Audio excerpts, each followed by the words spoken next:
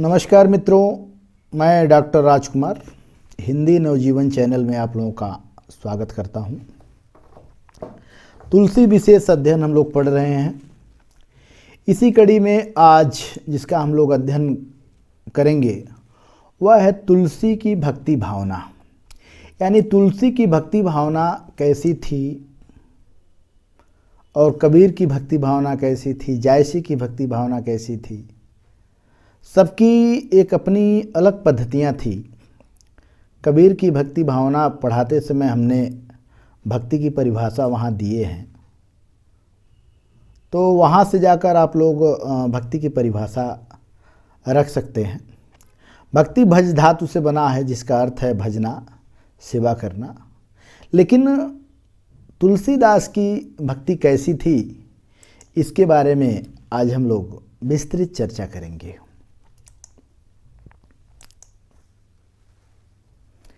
देखिए, जो तुलसी की भक्ति भावना थी, ठीक है, रामानंद जी हैं, जो राम जी की ही परंपरा के थे, जो राम रक्षा स्रोत लिखे थे। रामानंद जी ने भक्ति को ही मुक्ति का साधन माना, क्योंकि भक्ति विद्या और अविद्याजन, जो अविद्या है और अविद्या के कारण जो दुख है उसको नाश करने वाली कल्याणकारी क्या है, भक्ति है। तुलसी जी कहते हैं कि मन वचन क्रम से जो प्रभु का भजन करता रहेगा उसे सपन में भी विपत्ति कभी नहीं आ सकती। वचन काय मन मम गति जाही, सपने बुझिए विपत्ति की ताही। मतलब जो अगर ईश्वर की भक्ति करता रहेगा उसे कभी भी दुख कष्ट नहीं आएगा। अब यहाँ हम लोग अगर गोस्वामी तुलसी जी की बात करें तो गोस्वामी तुलसी जी के जो आराध्य हैं वह तो आप लोगों को बताना नहीं है। तुलसी जी के आराध्य राम हैं। राम के प्रति ही उनकी अनन्य भक्ति है। क्योंकि तुलसी जी राम की जो भक्ति करते थे वह दास्य भाव से तुलसी जी करते थे। और जिस तरह चातक स्वाति नक्षत्र की जो बारिश होती है उसी बारिश के लिए, दो बूंदे के लिए तड़पता है, मात्र और किसी बारिश का वह ग्रहण नहीं करता है, उसी तरह तुलसी भी यहाँ एक चातक के रूप में है। और जो राम का प्रेम है वह बिल्कुल वही स्वाति नक्षत्र की बूंद की तरह है। एक भरोसे एक बल, एक आस विश्वास, एक राम घनश्याम हित, चातक तुलसीदास। मतलब इनकी जो भक्ति है चातक की तरह एकनिष्ठ है, इनके कोई दूसरा आसरा नहीं है। जैसा रामचंद्र शुक्ल कहते हैं कि प्रेम और श्रद्धा का योग ही भक्ति है, उसी तरह यहाँ भी है। श्रद्धा और विश्वास ही तुलसी के भक्ति का मेरुदंड है। वह अपने आराध्य राम के प्रति श्रद्धा भाव से भक्ति करते हैं और उनके प्रति दृढ़ विश्वास भी है। और अगर आपको अपने ईश्वर के प्रति श्रद्धा न हो, विश्वास न हो, तो फिर आप भक्ति नहीं कर सकते हैं। रामचरितमानस जो इनका प्रसिद्ध ग्रंथ है, देखिए, राम को जानने के लिए रामचरितमानस पढ़ना चाहिए। राम को जानने के लिए रामचरितमानस पढ़ना चाहिए और तुलसी को जानने के लिए विनय पत्रिका पढ़ना चाहिए। विनय पत्रिका में जो तुलसी के भक्ति का भाव है वह बिल्कुल चरम सीमा पर है। ये दोनों ही काव्य ग्रंथ में तुलसी की भक्ति भावना बड़े सुदृढ़ तरीके से व्यक्त हुई है। और तुलसीदास की वह स्पष्ट घोषणा किए हैं कई जगह अपने दोहों के माध्यम से कि उनकी जो भक्ति है किस ढंग की है, दास्य भाव की भक्ति है। मित्रों ये बड़ा महत्वपूर्ण है, बार बार कभी कभी टीजीटी पीएचटी में पूछ भी देता है। तो तुलसी की भक्ति किस टाइप की है? दास्य भाव की है। रामचरितमानस में वो स्पष्ट घोषणा करते हैं कि सेवक सेव के भाव के बिना कोई भी व्यक्ति इस संसार सागर को तैर नहीं सकता। सेवक भव्य भाव बिनु भव नहीं तार ही उर्गारी। मतलब ईश्वर क्या है? एक राजा के समान है, और जो आत्मा है एक सेवक के समान है। ये भी एक तरह से यह दर्शाना चाहते हैं। विनय पत्रिका जब आप लोग पढ़ेंगे तो विनय पत्रिका तुलसी की भक्ति बड़ा स्पष्ट रूप से मतलब यहाँ पे प्रदर्शित होती है। यहाँ पे उन्होंने एक घोषणा भी किया है कि ब्रह्मा तू है, जीव हूँ तू ठाकुर हम चेरो, लात मात गुरु सखा सब विद हित मोरे। तू ही ब्रह्मा है, तू तुम ब्रह्म है, मैं जीव हूँ। तुम मेरे ठाकुर हो, मेरे राजा हो, मैं आपका दास हूँ, चेरी हूँ। तुम ही मेरे मात भी हो, पिता भी हो, गुरु भी हो, सखा भी हो, सब तुम ही हो। यहाँ तुलसी की जो दैन्य भक्ति है ये बड़ा स्पष्ट रूप से यहाँ प्रधानता लेते हुए सामने आती है। और तुलसीदास इस दैन्य भाव के कारण ही अपने इष्ट जो इनके आराध्य हैं राम को महान और सर्वगुण संपन्न मानते हैं और स्वयं को तुच्छ छोटा खोटा पापी मानते हैं। और दास भाव में ऐसा होता भी है। जो भक्त होता है उसके सामने ईश्वर ही सब कुछ है। वास्तव में भक्त को भाव का भूखा ईश्वर होते हैं। और कोई भी सेवक कभी भी अपने ईश्वर से अपने आप को बड़ा नहीं मान सकता। जैसा कि तुलसीदास कहते हैं कि राम सो बड़ो है कौन। अरे भाई, राम से बड़ा इस दुनिया में कौन है? मोसे कौन छोटो, मुझसे छोटा कौन है? राम से खरो है कौन, मुझसे कौन खोटो, और मुझसे खोटा कौन है, मुझसे छोटा कौन है। देखिए कितनी अच्छी बात है कि राम से बड़ो है कौन, मुँह से कौन छोटो, राम से खरे है कौन, मुँह से कौन खोटो।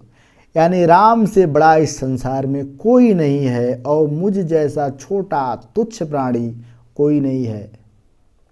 यह दास भाव की एक अपनी पराकाष्ठा है और तुलसी की भक्ति का यह एक तरह से देखा जाए मित्रों तो आधार भी है। अब जब आप जैसे नारद की भक्ति हम लोग पढ़ते हैं, जैसा कि कबीर बहुत पहले कहें कि भगत नारदी मगन शरीरा, उसमें नवधा भक्ति की चर्चा होती है। नवधा भक्ति की चर्चा होती है और तुलसीदास में भी ये नवधा भक्ति बहुत बढ़िया से दृष्टिगोचर होकर आई है। अब नवधा भक्ति में क्या क्या होते हैं आप लोगों के लिए बहुत महत्वपूर्ण है। टीजीटी पीएचटी वाले जो तैयारी हैं या नेट जेआरएफ की तैयारी करते हैं, इन 9 का नाम उन्हें याद रखना चाहिए। सबसे पहले क्या है? श्रवण। नवधा भक्ति में क्या होता है? ईश्वर के बारे में जानना, सुनना, गुणगान सुनना बहुत जरूरी है। फिर उसके बाद कीर्तन, उनके बारे में कीर्तन करते रहिए। पाद मतलब पैरों का सेवन कर, पैर मतलब उनके चरण में ही हमेशा अपना जीवन यापन करिए। फिर अर्चना, फिर वंदना, फिर दास्य, फिर संख्य मनो सखा भाव, नाम स्मरण, नाम लेते रहिए। राम कहूँ मतलब राम राम नाम लेते रहिए। और आत्मनिवेदन मतलब अपनी आत्मा को परमात्मा से मिलाने के लिए हमेशा ईश्वर से प्रार्थना करते रहिए। तो एक यह देखेंगे, एक श्रवण हो गया, कीर्तन 2, पाद सेवन 3, अर्चना 4, वंदना 6, 10 7, संख्य 8, नाम स्मरण 9 और इसी में आत्मनिवेदन भी आता है। यही नवधा भक्ति के मूल लक्षण है और 9 के अंतर्गत तुलसीदास अपने प्रभु आराध्य की पूजा करते रहते हैं। अब आप लोगों को बताना नहीं है कि जो तुलसीदास के राम हैं वो किसके अवतार हैं? विष्णु के अवतार हैं। और उनके श्री राम धरती पर कब आते हैं? भक्तों की रक्षा करने के लिए, धर्म की रक्षा करने के लिए, दुष्टों का विनाश करने के लिए बार बार अवतार लेते हैं। इनके जो राम हैं, तुलसी के राम हैं, भक्तों की रक्षा करने के लिए, धर्म की रक्षा करने के लिए, दुष्टों का विनाश करने के लिए। तीन बात हमेशा ध्यान रखना चाहिए कि और नहीं, इन्हीं तीनों के लिए ईश्वर का जन्म होता है। और तुलसी के राम की सबसे बड़ी विशेषता ये भी है मित्रों कि वे बहुत शक्तिशाली हैं। उनके हाथ में तीर धनुष रहता है और राक्षसों को तब अनेक दिव्य शक्तियों से मारते हैं, चलाते रहते हैं। अत्यंत शीलवान है, बड़े सुंदर हैं। करोड़ों कामदेव से अधिक उनके अंदर सौंदर्य संपन्न है। तुलसी के राम शील दीर गंभीर सौंदर्य के भंडार हैं, संपूर्ण जगत के स्वामी हैं। इनके ईश्वर का रूप अनादि है, अभिकारी है, अजन्मा है, परम ब्रह्म है। मतलब वह एक तरह से सगुण को भी महत्व देते हैं तो दूसरे तरफ से निर्गुण को भी मानते हैं। अब देखिए, भक्ति की जो विनय, मतलब विनय से, भाई विद्या विनय दाती, विद्या भी विनय से आती है और भक्ति भी विनय से ही आती है। और हमारे ख्याल है कि जो भी आपको सफलता, अगर आपको सफल होना है, सफलता प्राप्त करना है, तो आपके अंदर विनम्रता कूट कूट के भरी रहनी चाहिए। स्वाभिमान को यदि ठेस नहीं पहुंचता है तो आप विनम्र सदैव बने रहिए, अगर आगे बढ़ना है तब। तुलसीदास की भक्ति में ये जो विनय की 7 तरह के भेद होते हैं। विनय के कितने भेद होते हैं? 7 तरह के होते हैं। और कौन कौन होते हैं? विनय में दीनता, सबसे पहले क्या है? दीनता, मतलब अपने आप को ईश्वर के सामने दीन बने रहते हैं। मान मर्षण, भर्तासना, भय दर्शना, ईश्वर का भय भी होना चाहिए। आश्वासन, निष्ठा होना चाहिए कि हमको प्रभु जरूर हमारी रक्षा करेंगे। विचारणा और मनोराज्य, आप लोग स्क्रीनशॉट भी ले सकते हैं। ये विनय की 7 भूमिकाएं का स्क्रीनशॉट ले सकते हैं। दीनता, मान मस्मरण, भर्तासना, भय दर्शन, आश्वासन, विचारणा, मनोराज्य। ये विनय की 7 भूमिकाएं हैं। टीजीटी पीजीटी लिए और नेट के लिए महत्वपूर्ण हैं। 7 भूमिकाएं कभी कभी पूछता भी रहता है, तो इसलिए आपके लिए महत्वपूर्ण है। और इन 7 विनय की भूमिकाओं में तुलसीदास खरे उतरते हैं। किस तरह उतरते हैं खरे? अगर उनकी रचनाओं को पढ़ेंगे तो दीनता का भी भाव उनके अंदर कूट कूट के भरा है। कैसे? दीनता के अंतर्गत क्या होता है कि जो भक्त होता है अपने आप को निराहीन प्रदर्शन करता है, अपने आप को भर्त्सना करता है कि माधव मोस समान जग माही, सब विधिहीन मलिन, दीन अति लीन विषय क्यों नाही। मतलब मैं तो तुम्हारे सामने दीन हूँ, हीन हूँ, तू दयालु दीन हो, तू दानू हो भिखारी। प्रसिद्ध इनका क्या बोलते हैं लाइनें हैं।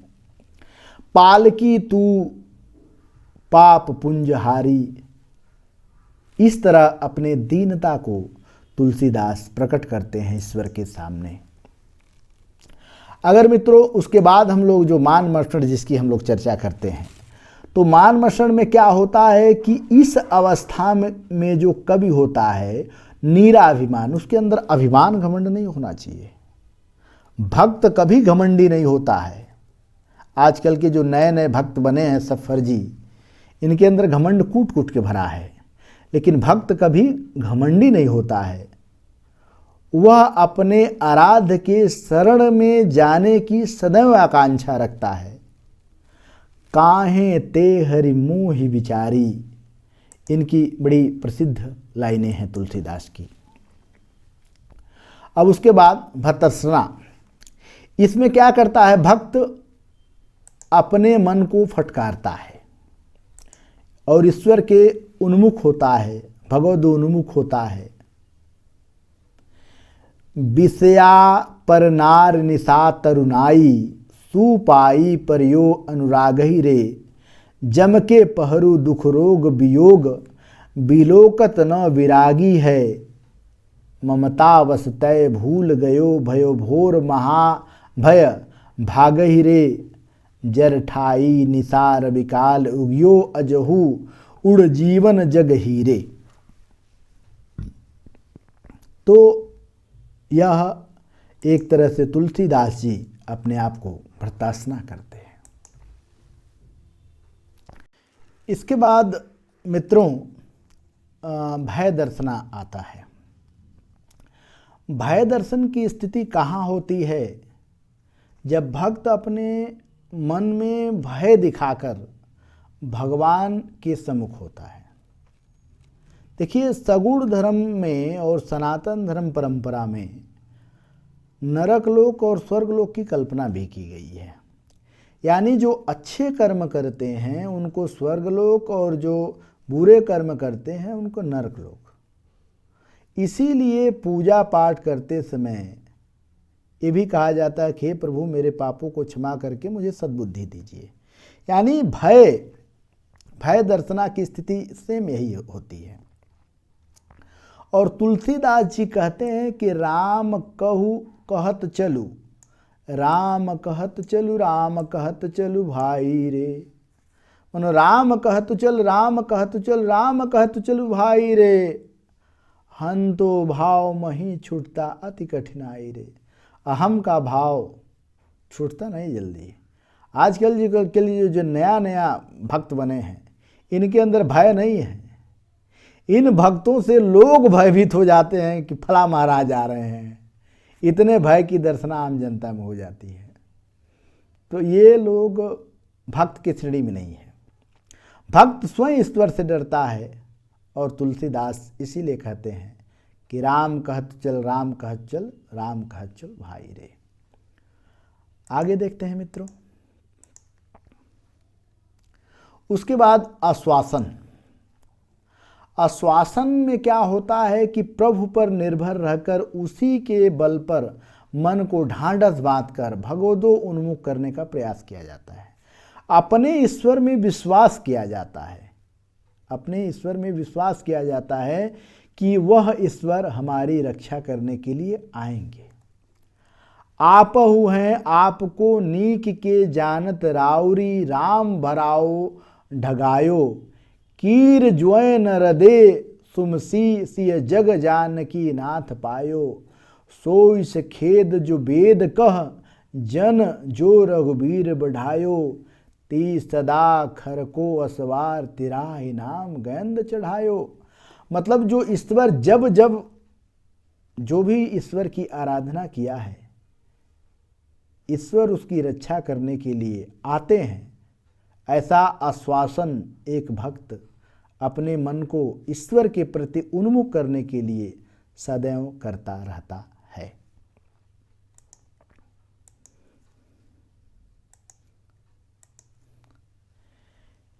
इसके बाद विचारणा इसमें जैसे शब्द आता है। विचारणा नामक भूमिका में भक्ति दार्शनिक सिद्धांतों की विवेचना न कर नाना कठिनाइयों से भरे माया जाल, ध्यान रखना ना, माया जाल में फंसने से विरक्त करने के निमित्त पाने की उत्प्रेरित कविता करता है। माया जाल में फंसा हुआ व्यक्ति, माया क्या है? काम क्रोध लोभ मोह मद, यही माया है। तुलसीदास दार्शनिक पक्ष में अपनी बातें कहते भी हैं। तो यहाँ केशव कहीं न जाई कहिए देखत तो, रचना विचित्र अति समझाई मन कहीं नहीं मन रहिए।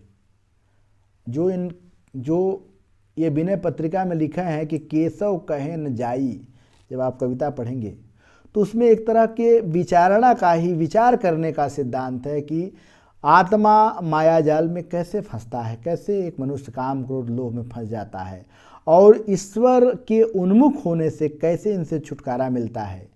ये बड़ा बढ़िया तुलसीदास जी समझाते हैं। मनोराज्य। मनोराज्य विचरण करते समय भगवान से स्वकल्पित अभिलाषाओं की पूर्ति की भूमिका दिखाई पड़ती है। मन में एक अभिलाषा होती है कि ईश्वर के दर्शन होंगे। जैसे सबरी के मन में अभिलाषा थी कि ईश्वर हमारे राम एक दिन दर्शन देने जरूर आएंगे। सीता जी के भी मन में एक लालसा होती है कि जब वो रावण यहाँ रहती हैं तो वह उनके मन में यह भाव रहता है कि राम जी हमारे को छुड़ाने के लिए जरूर आएंगे। संतों का भी वही स्वभाव है। कबहू की हम रहनी रंगहु श्री रघुनाथ कृपालु कृपा तय संत स्वभाय गयो गयो गहूँ जथा लभ संतोष सदा काहू सो कहू न चाहूँ। मेरे मन में सदैव संतोष का भाव है। किसके प्रति? ईश्वर को पाने के प्रति। तो हमेशा ये अभिलाषा रहती है भक्त के अंदर कि ईश्वर एक दिन दर्शन जरूर देंगे। उसके बाद मित्रों, तुलसी की जो भक्ति भावना है, ध्यान रखिएगा, उसमें ये एकादश जो आसक्तियां हैं उसको भी स्थान मिला है। नारद भक्ति सूत्र में भी एकादशियों का स्थान मिलता है। क्या क्या है ईश्वर के प्रति? पहले क्या है? रूपा शक्ति। उनके रूप का गुणगान किया जाता है, रूपा शक्ति। कांता शक्ति। कांता शक्ति का मतलब ये होता है कि जिसमें ईश्वर को पति या पत्नी की भूमिका में रखा जाता है। जैसे कबीरदास जी कहते हैं कि दुल्हनिया गावहु मंगलाचार हमरे घरे ही है राजा भरतार। तो ये कांता शक्ति का ही एक तरह का उदाहरण मान सकते हैं। उसके बाद आता है तन्मयता, ईश्वर के प्रति लगन। परम विरहानुभूति, ईश्वर से बिछड़ने का विरह भी उनके मन में होना चाहिए। शरणागत वात्सलता। शरणागत वात्सलता का मतलब ये होता है कि ईश्वर के शरण में ही, जैसे विभीषण क्या हुआ, राम जी की शरणागत आया तभी उसका कल्याण हुआ। भले वो विद्रोही बना रहा, अलग बात है। गुण महात्म्य शक्ति, ईश्वर जो अपने आराध्य हैं उनके गुण महिमा का गान करना। पूजा शक्ति, पूजा पाठ करना। स्मरण शक्ति, उनके बारे में स्मरण करना, याद करना। दास्य शक्ति, ईश्वर में मालिक का भाव देखना, राजा का भाव देखना, अपने को अनुचर समझना, दास समझना, सेवक समझना, यह दास्य भक्ति है। तुलसीदास में यह दास्य शक्ति बड़ा अजीब टाइप दिखाई देती है, हर जगह कहते हैं। सांख्य शक्ति, सांख्य मतलब होता है कि जब ईश्वर को आप मित्र मान लेते हैं। जैसे सूरदास की जो भक्ति का आधार यही सांख्य शक्ति ही है। और उसके बाद आत्मनिवेदन शक्ति, मतलब अपने आत्मा को परमात्मा से मिलने के लिए हमेशा एक मन में भाव उत्पन्न करना कि हमें ईश्वर कब दर्शन देंगे, इस चीज का। तो ये एकादशी शक्तियाँ भी याद रखना चाहिए। रूपा शक्ति, कांता शक्ति, तन्मयता शक्ति, परम विरहा शक्ति, शरणागत वात्सल्य, गुण महात्म शक्ति, पूजा शक्ति, स्मरणा शक्ति, दास्या शक्ति, सांख्य शक्ति और आत्मनिवेदन। ये 11 आसक्तियाँ होती है। इसको आप लोग याद कर लीजिएगा अगर नेट जेआरएफ की तैयारी कर रहे हैं तो। अब इसमें हम कुछ तुलसीदास का उदाहरण भी दे सकते हैं। जैसे यह कांता शक्ति भी हमने जो कहा था कि निरख ही रघुबीर छवि बाढ़े प्रीति न थोर। मतलब बार बार अगर हम भगवान राम जी के दर्शन करते हैं, छवि का दर्शन करते हैं, फिर भी मन को ढाढ़स नहीं बनता है, थोड़ा ही लगता है, थोड़ा ही लगता है, सोचते हैं फिर दर्शन कर लें ईश्वर का। रूपा शक्ति में जो उनके रूप का बखान है। कोटि मनोज लजाव निहारे, समुखी कहूँ ओह आए तुम्हारे। मतलब जो हमारे राम आराध्य हैं उनके सामने कोटि करोड़ों, ठीक है, करोड़ों मनोज माने कामदेव लजा जाते हैं, यानी करोड़ों कामदेव से सुंदर हमारे आराध्य प्रभु राम है। तो उनके रूप शक्ति का क्या होता है? बखान हो रहा है। उसके बाद एक और तन्मयता शक्ति कि राम ही देख एक अनुरागे चितवत चले जा ही मग लागे।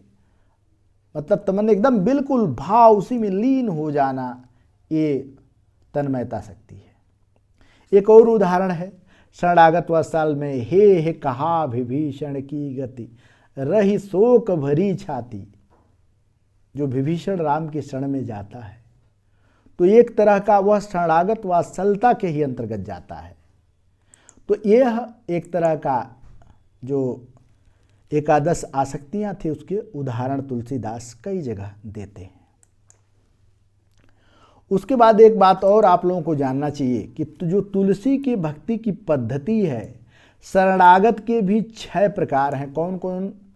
अनुकूल के संकल्प, अनुकूल के संकल्प होना चाहिए, प्रतिकूल का त्याग, यानी जो ईश्वर को मंजूर है, जो ईश्वर जिस पे लोभते हैं उसी के अनुकूल चलना चाहिए।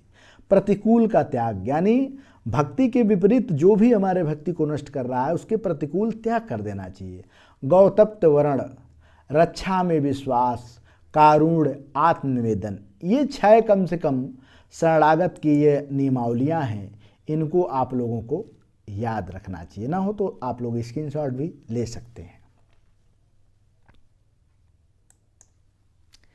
अंत में हम लोग रामचंद्र शुक्ल, जो बड़े इनके मर्मज्ञ हैं, तुलसी मर्मज्ञ रामचंद्र शुक्ल, तुलसी की भक्ति की पद्धति का जो आधार वह बताते हैं। क्या बताते हैं कि गोस्वामी जी की भक्ति पद्धति का सबसे बड़ी विशेषता क्या है कि उसकी सर्वांग पूर्णता। क्या विशेषता है मित्रों? सर्वांग पूर्णता। यह सबसे बड़ी विशेषता है किनकी? तुलसी जी के भक्ति का। ठीक है। जीवन के किसी भी पक्ष को सर्वथा छोड़कर वह नहीं चलती है, सब पक्षों के साथ सामंजस्य है। न उसका कर्म या धर्म से विरोध है, न ज्ञान से, धर्म तो उसका नित्य लक्षण है। तुलसी की भक्ति को धर्म और ज्ञान दोनों की रसानुभूत कह सकते हैं। अगर भक्ति काल में कोई धर्म और ज्ञान दोनों की रसानुभूत कराता है तो वह कौन है? तुलसीदास है मित्रों। ये भी ध्यान रखने की जरूरत है। किसने कहा था? ये मोछ वाले जो बड़े बड़े मोछे रखते थे, रामचंद्र शुक्ल कहते हैं। इस तरह इनकी जो है कि क्या बोलते हैं, तुलसीदास की जो भक्ति भावना है, ये एक महत्वपूर्ण टॉपिक आज लगभग समाप्त हो रहा है। धन्यवाद मित्रों। आशा है कि आप लोग पढ़ रहे होंगे, तैयारी करते रहिए। बहुत बहुत शुभकामनाएं। धन्यवाद।